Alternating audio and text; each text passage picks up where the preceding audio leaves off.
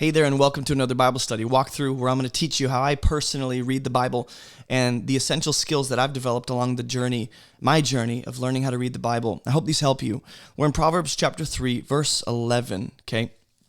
Proverbs 3:11. It says, "My son, do not despise the Lord's discipline or be weary of his reproof." So what I'm going to do here is I'm going to underline both reproof and discipline because of the fact that these are essentially the same thing, okay? They're just two ways of communicating the same exact idea. What we're going to do is we're going to understand what it is that is specifically being despised here, or this, Solomon's trying to spare the son from despising what? The Lord's discipline. Don't be weary of, right? It almost speaks to like a burden, something that's a burden to you and you're under the weight of that and you're growing weary of, holding up that weight. Don't feel that way about the correction and the discipline of God. Now, the word discipline here actually doesn't just refer to like a spanking, a timeout, negative consequences. This is referring to correction and training. It can be rearing positively and even like using consequences for a poor action and decision. Okay, for the Lord reproves him whom he loves, as a father, the son in whom he delights.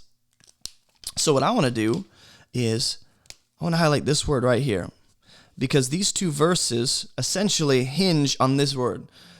If the son were to go, hey, why should I not despise the Lord's discipline? Why should I not be weary of his correction and reproof and training? Well, because the Lord actually reproves him whom he loves. In other words, the fact that you're receiving correction and discipline at all, it actually proves God's love for you, right? It actually proves the fact that he actually cares so deeply for you. He delights in you enough to correct and train you the other direction, right? If God did not care for you and love you, he would not reprove and discipline you, okay? So if God's going to love me enough to spend time correcting me in the right direction, then I should love God enough and value his correction and training enough to receive that instead of despise it. Every time, apparently, the Lord intends to discipline and correct us and train us, we have the opportunity. Will I despise this? Will I reject it and work against it, or will I receive it, right? For the Lord reproves him whom he loves, as a father, the son in whom he delights. So what I want to do is I just want to highlight what it is that God does, how he feels towards the one whom he's correcting, right? The Lord loves and delights in the son, the way a father delights in the son he has. And this is a word to you fathers. Do you delight in your children? Do you love them? Do you value them? If you do, you won't hold back reproof. You won't hold back, godly training and discipline. And then we enter into verse 13. And it says, "Blessed is the one who finds wisdom." Finds wisdom. So what I want to show you is this, that finding wisdom here is connected to the previous two ideas. When he says, don't despise the Lord's discipline, don't be weary of his correction. Why? Because there's wisdom in that. And the person who receives that wisdom instead of despises it, they'll find themselves to be blessed. Wisdom is an opportunity to live in blessing and favor, right? When you receive wisdom from God, he's offering you a chance to enjoy the blessings and the favor and all the stuff that he has for you to delight in and walk in. Okay, so I want you to see that wisdom here comes through reproof and discipline at times. We'd be foolish, and we are, when we reject and despise discipline. We're rejecting the opportunity to grow wiser and walk in the blessing that's found in wisdom. So not only is the person blessed, right? The one who finds wisdom is what? Is blessed. But the wisdom is the one or the thing that's offering the blessing. It changes the way you see wisdom offered through correction and discipline, regardless of the form that it takes. Even if correction comes through someone that you don't really respect, if it's true and if it's rooted in the Word of God and if it's applicable and if God is really speaking through that person, don't reject the wisdom being offered, even if it's coming through a donkey. Okay, and the one who gets understanding is blessed. So here, wisdom and understanding are gotten or found. And I want to circle these for you because these are actions on the part of the person. They're getting understanding, right? It's not a passive thing to sit back and let understanding come to me. But when wisdom offers itself, right, when understanding comes knocking on your door, will you get up and actually receive that? That's an action you take. Will you look for and search for wisdom and intending to find it in order to live the blessed life God has for you, right?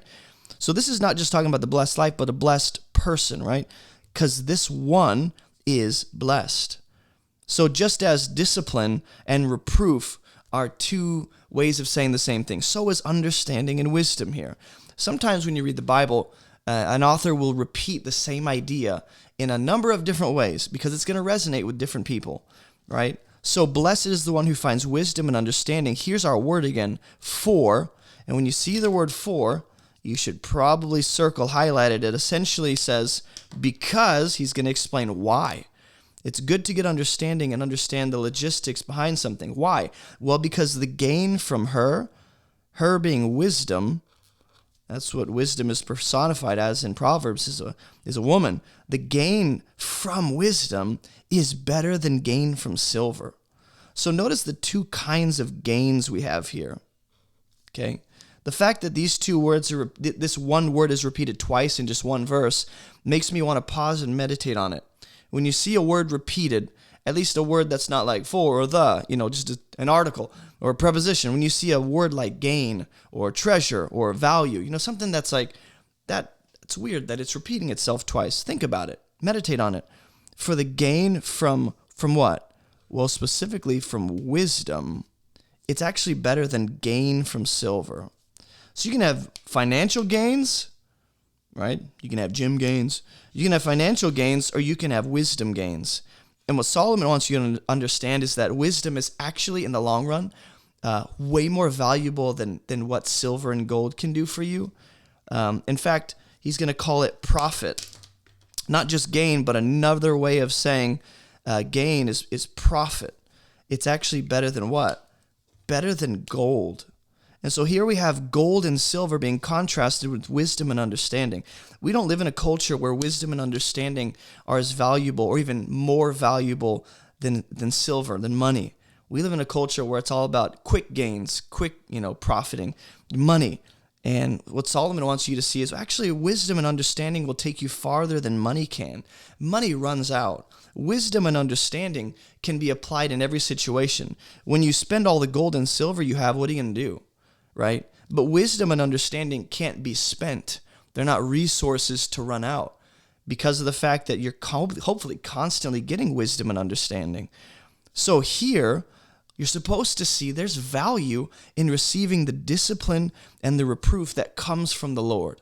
And though it might come through a vessel that I don't really prefer, it's wise and it profits you understanding to actually receive what wisdom is offering. You'll become blessed.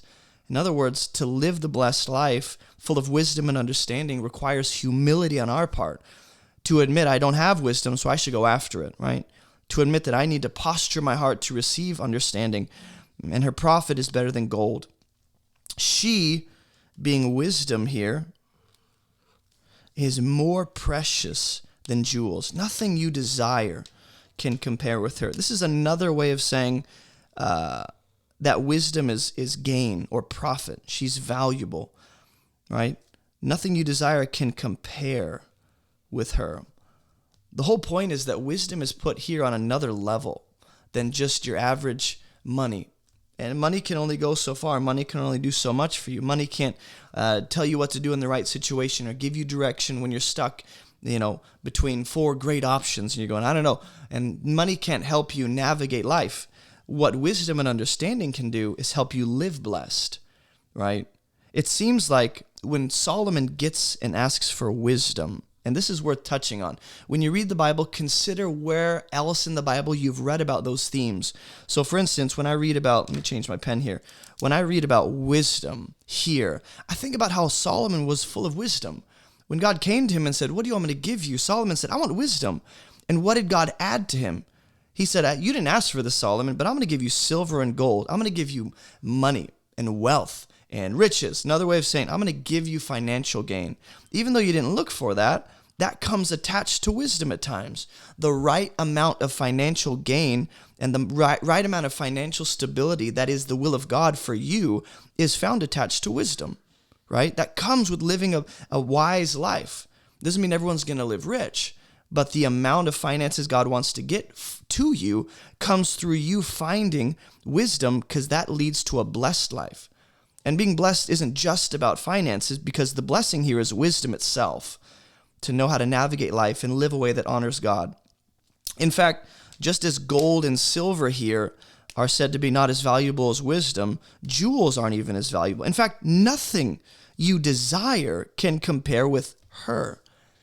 Now, pause. When I hear the word desire, I know that some of you are beginner Bible study people, and so this won't always, be something you can do. But as you read the Bible, you'll notice key words that trigger moments in the scriptures for you.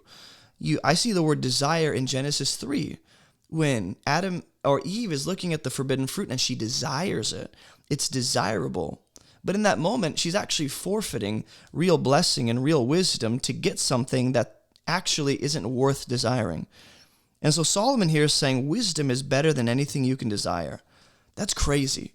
So when you think about wisdom in life, that's one of your greatest assets and resources, is knowing how to navigate life with the understanding of God. It's applying the knowledge you have of God. It's understanding his ways and his character in order to live a blessed life. That is ultimately like a far better, more long-term, better situation for you than to just have a lot of money.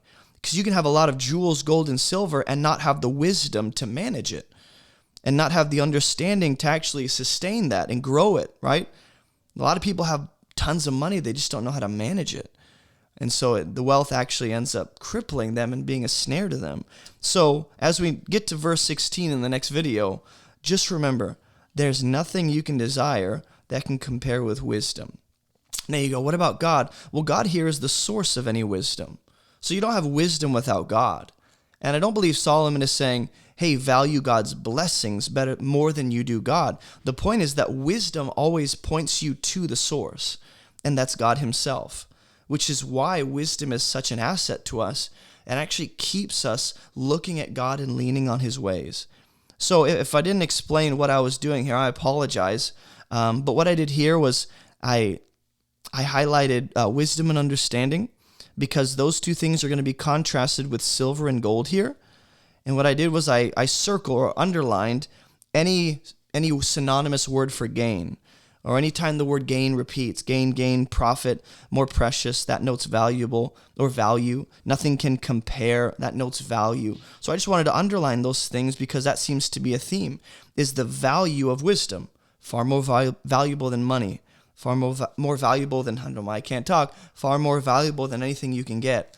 Real blessing is finding the wisdom of God. And again, as much as we don't want it to be true, that wisdom often comes through receiving instruction and discipline and correction and reproof and hearing that we're wrong and being open to actually adjust our way of thinking and our actions, because God actually corrects people he loves, right? So now that we know blessing is attached to wisdom, this makes so much sense. So in other words, what I've done here is I have an understanding of this passage, so I can go back and kind of plug it in to the verse before it.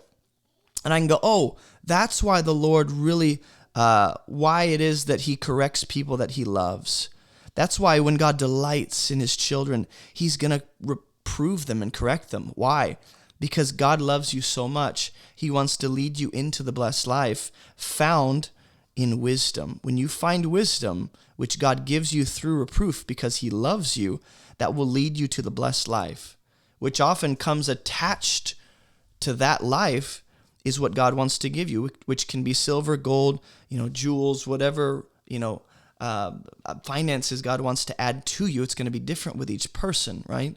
But the point is that even when you get these things, you'll look at them and go, this is not as valuable as God and his wisdom. So I hope this was helpful to you, just learning how I read the Bible. God bless you guys. I'll see you in the next video.